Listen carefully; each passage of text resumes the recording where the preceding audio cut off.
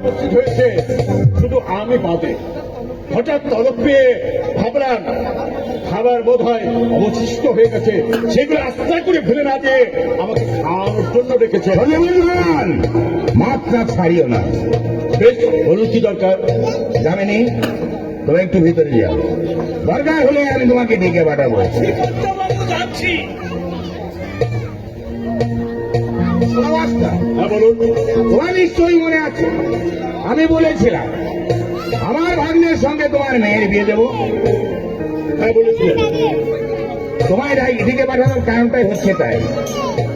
অনিমেষ বিলেত গেল, ফিরে এলে আমি শুভকাজটা সম্পন্ন করতে চাই। সেটা আপনার ইচ্ছা। তোমার মেয়েকে দেখে সত্যি আমি খুবই খুশি হয়েছি। এই বাড়ির বউ হওয়ার যোগ্যই ময় বটে। অবশ্যই এই মাসে আমি বিয়েটা দিতে পারতাম, কিন্তু অনিমেষ বিয়ে যাওয়ার আগে বিয়েটা দেওয়া উচিত নয় ভেবেই আমি একটু দেরি করলাম। তাতে তুমি কিছু মনে করো না। আচ্ছা, আমি কি এখন যেতে পারি? আরে সবে মাত্র এলে, যাবে তো অবশ্যই। বসো, তোমার সঙ্গে আমার বেশ কিছু আলোচনা আছে। দেখো, বলুন। বিয়ের আগে কয়েকটা কথা তোমাকে বলে রাখা দরকার। যদি কিছু মনে না করো তাহলে আমি বলতে পারি। বেশ, বলুন। পরিবেশের সঙ্গে তোমার মেয়ের বিয়েটা তোমার বাড়িতে না হয়ে আমার এখানে হলে ভালো হয়, কারণ ওই যদু নারায়ণ রায়ের নাতির বিয়েটা